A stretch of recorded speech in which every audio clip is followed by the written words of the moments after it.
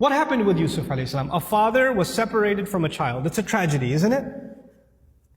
But imagine if he was never kidnapped, he would never be in the well. If he was never in the well, he would never end up in Egypt. If he was never in Egypt, he would have never grown up there and been thrown into prison. If he was never in prison, he would have never met those two guys he met in prison, whose dream he interpreted. If he never met those two people, one of them who got to live and go back to the king, and when the king saw a dream, a strange dream, he would have never said, wait, I know someone who can help interpret your dream. And if that never happened, and you know what that dream was? 7 good years in the country, and 7 years there's not going to be any crop, any produce, any harvest. People are going to starve to death.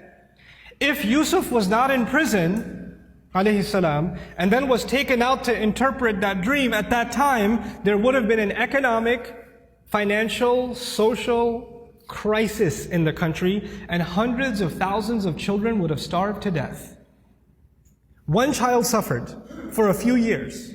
But because of that child suffering, Allah's plan was to save a lot of families, a lot of fathers and mothers from losing their children to starvation.